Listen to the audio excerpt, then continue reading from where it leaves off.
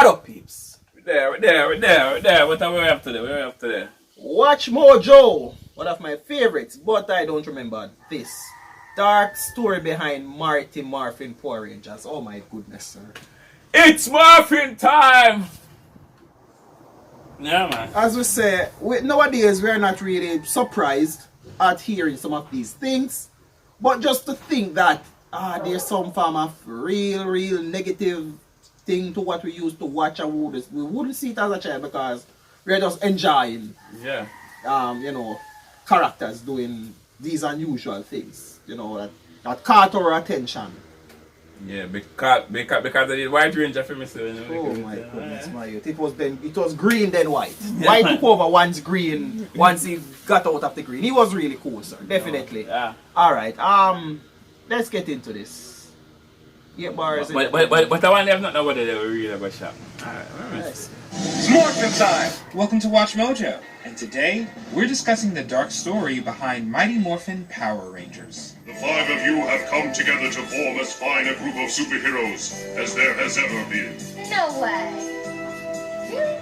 For this video, we'll be looking at the grim, behind-the-scenes details of the beloved 90s hit series. Were you a fan of the Power Rangers? Who was your favorite? Go, let us know in the comments. Definitely. The original series. Back in the 1980s, music composer Hayao Saban was watching TV in his Tokyo hotel room and came across the Japanese Tokusatsu Super Sentai series. Seeing these color-coded superheroes facing off against monsters gave him the idea to create an Americanized version. I bumped into this. So hold on there. So then it was the original Japanese thing. In spandex. So me never know. And I thought, this looks like fun. After almost a decade of failed pilots and rejection, Saban, with the help of Fox's then head of programming, Margaret Lesh, finally launched Mighty Morphin Power Rangers in 1993. Teleport to us five overbearing and over-emotional humans. No, not that. Not teenagers. That's correct, Alpha. I was afraid of that. The series followed 5 American teenagers who were already skilled in gymnastics and martial arts as they trained to become the titular group. Oh my gosh, what's happening? This is too weird. The original series starred Tui Trang, Trini the Yellow Ranger, Yes. Austin St. John, Jason the Red Ranger, Amy Jo Johnson, Kimberly the Pink Ranger, Walter Zach. Emmanuel Jones, Zach the Black Ranger, And Billy! and David Yost, Billy the Blue Ranger. Later in the first season, Jason David Frank joined as the Green Ranger, who would become the White Ranger. One of us now. Welcome aboard. A new chapter has begun, Rangers. Let the power protect you. Some of the young cast weren't even actors, including St. John, who was a martial arts instructor. Since the actors' faces were under helmets, Saban used footage from Kyoru's Sentai Zyuranger and other Super Sentai series for the fight scenes. However, the cast did perform some of their own stunts. Mastodon! Pterodactyl! Triceratops! Saber-tooth tiger! Tyrannosaurus! Power Rangers! Zordon, they've done it! They made the metamorphosis! Good. Overnight success and Mighty Morphin merchandise. The first episode of Mighty Morphin Power Rangers premiered August 28, 1993 on Fox Kids. It was an instant and unexpected hit, quickly becoming one of the highest rated kids shows on broadcast television. The show was famous before the show came out. I was walking down the beach with my cousin, and these kids ran up on me and they're like, "Hey, yo, you're the Black Ranger." And I was like, "Yeah, I am. How do you know that?" I'm like, "The show's not even out yet. It comes out in 2 weeks." They're like, No, I bought your doll yesterday and your face is on the box. Audiences loved these teenagers with attitude and their insane fighting skills, morphing into the colorful superheroes that defeated monsters and aliens every week. The theme song was pretty awesome too. Automatic! Come on! Go. One of the best! Come on! That's that! Take it off, goosebumps. Hey! With the massive popularity of the series, it wasn't long before the merchandise was flying off the shelves. It was just blow. Voila. The theme song was pretty awesome too.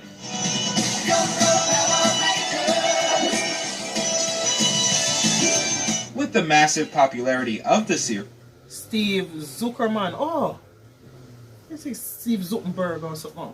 I think Facebook. Okay. it wasn't long before the merchandise was flying off the shelves. It was just blowing out of the stores. People are fighting in the aisles. We were getting over 450 calls a day. Why can't I get these toys? Why aren't they on the shelves?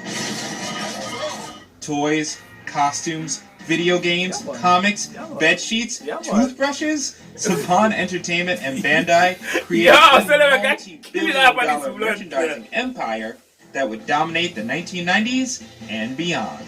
I've done a lot of work. Hold on, I watched something about this, but it's not this, and I know it's gonna be involved in it because after the first season, because they weren't being paid. I don't know if you ever watched anything with them at all. They weren't being paid. And When they realized that it is a success and if they start the next season or sign the next contract, they wanted to pay them like little or nothing. And they want so much money, right? Exactly, and they still didn't want to pay them.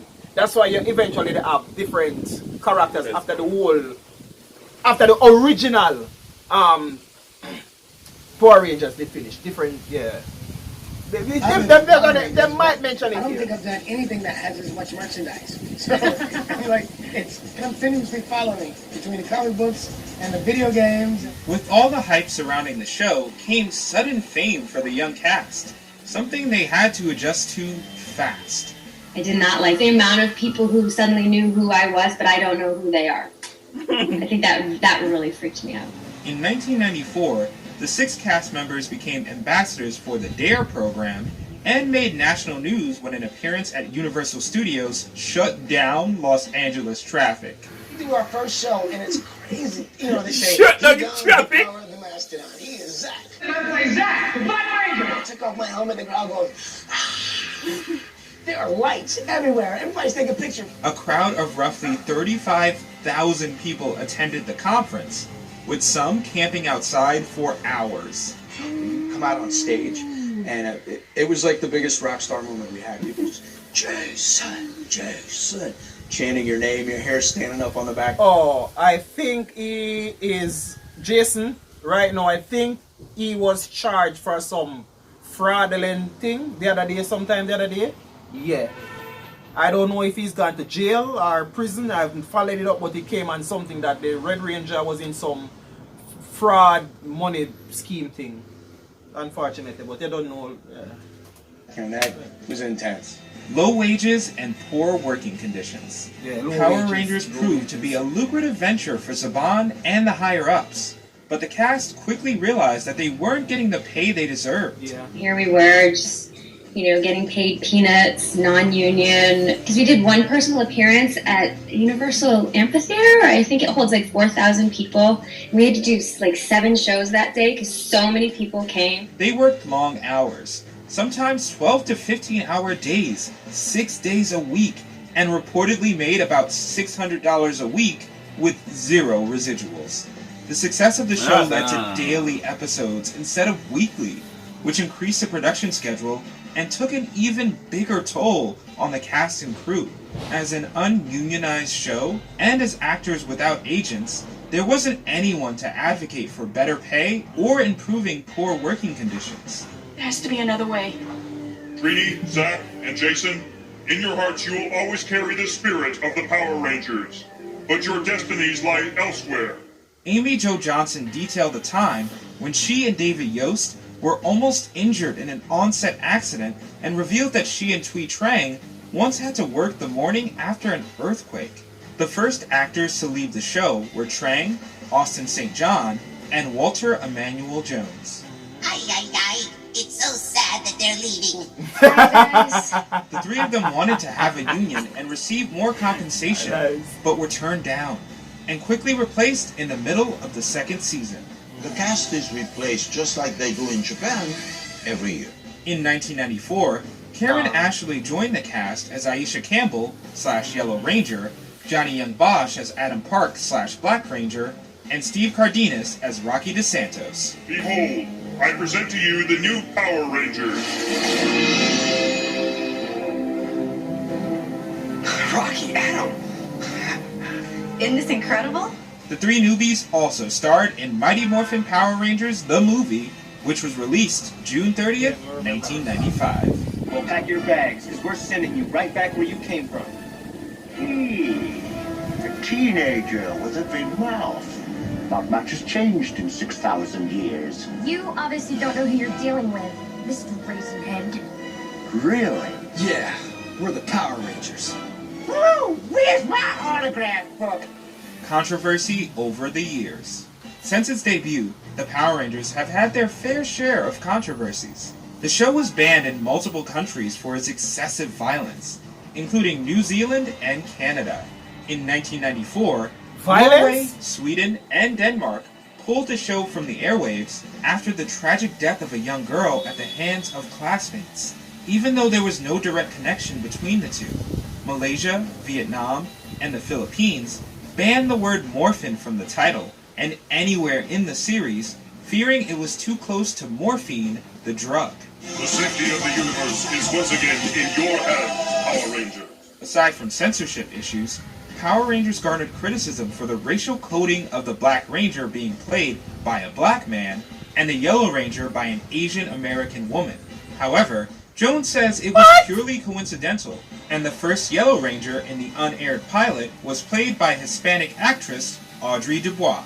I felt like for people of color it was really inspiring. Overall, it was inspiring for everybody. I mean, like, you know, in the pilot, the Yellow Ranger was that Latino. makes no sense. So at that time, it wasn't really such a big deal. It was like, oh yeah, that's okay, Black Ranger in a black costume, which I would have picked anyway. Perhaps the darkest of the MMPR controversies is one that not many have discussed. It wasn't until years after his time on the series that David Yost spoke out about the reason behind his departure. Writers, directors, it's not that people can't talk about me and have their opinion about me, but continuing to work in an environment like that is really difficult. In 2010, Yost revealed in an interview that he was subjected to on-set harassment for his sexual orientation, and the crew regularly used homophobic slurs when talking about and to the actor. Basically, I just felt like I was continually being told I'm not worthy of where I am because I'm quote-unquote a gay person and I'm not supposed to be an actor and you can't be a superhero. That's sort of the vibe that I was getting. This mistreatment led to Yost suffering a nervous breakdown, for which he had to be hospitalized. Where are they now? Many of the OG Rangers continue to act, including Amy Jo Johnson, who landed a role on J.J. Abrams' Felicity and went on to become a filmmaker and musician. For the last 5 years, I've started filmmaking. I've done 3 short films, and I just finished my first feature film, which is called The Space Between. Walter Emmanuel Jones also continued his acting career, appearing in shows like Moesha and Buffy the Vampire Slayer, and later lending his voice to 2013's Cloudy with a Chance of Meatballs 2. David Yost left acting behind and became a producer whose body of work includes reality. Almost look like James Bond in a way. Yeah, the last James Bond. With a Chance of Meatballs 2. David Yost left acting behind and became a producer whose body of work includes reality shows Temptation Island and The Real Housewives of Beverly Hills. Jason David Frank's Tommy Oliver remains a recurring character in the franchise, appearing in Power Rangers Turbo, Power Rangers Dino Thunder, and Power Rangers Super Ninja Steel, just to name a few.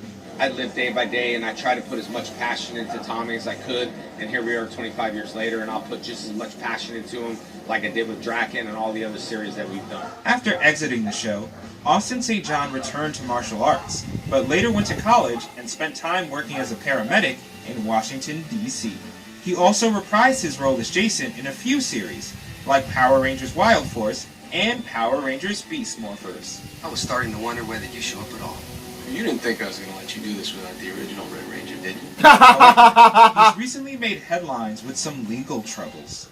In 1996, Thuy Trang had a small part in Spy Hard, but starred as the villain Callie in The Crow, City of Angels that same year. Sadly, the actress died in a car accident in September 2001. To all the people out there, just live out your dreams.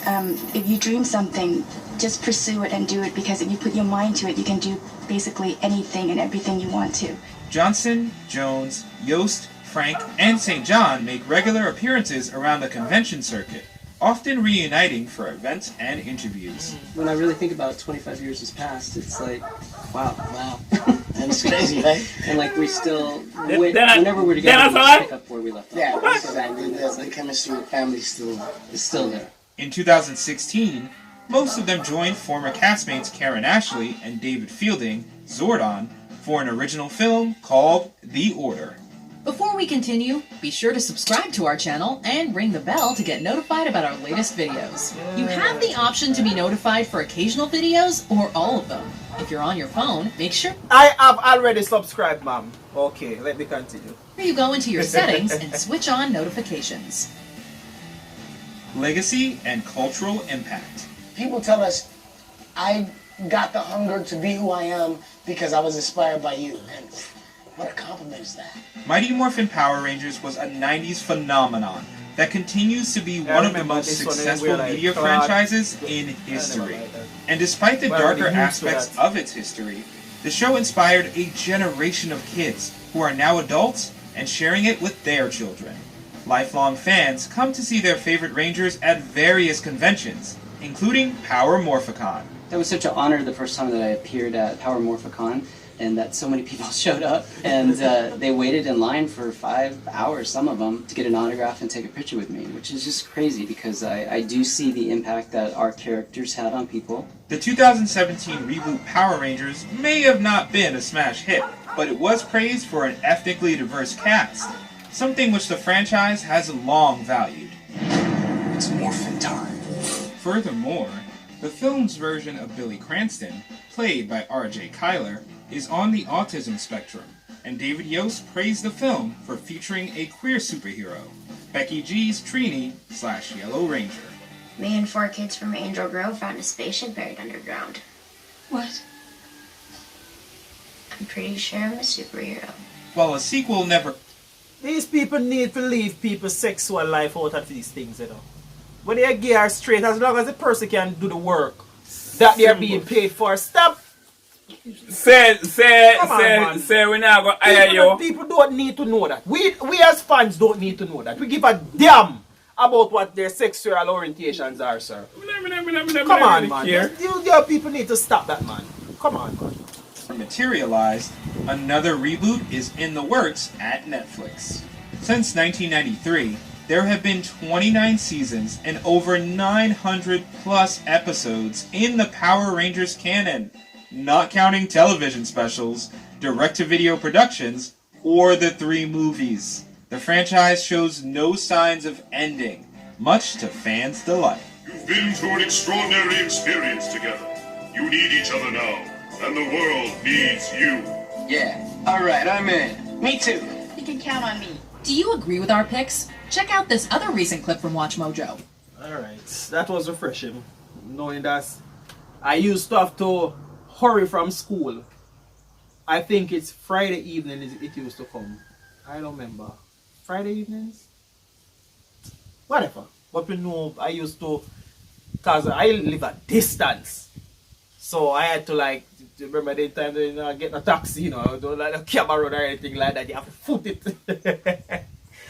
Ah, damn, those days. Ah! Anyway, entertaining. You know, informative as well. So you have a brain who make billions off of movies. Everything after the firm, because then you weren't expecting that, and then you're not paying these people to ties, merchandise, sitting money and make, and then the people who actually play the part, they not pay them. No. Hell no. Anyways, we're on to the next one. Yeah, boys. Good.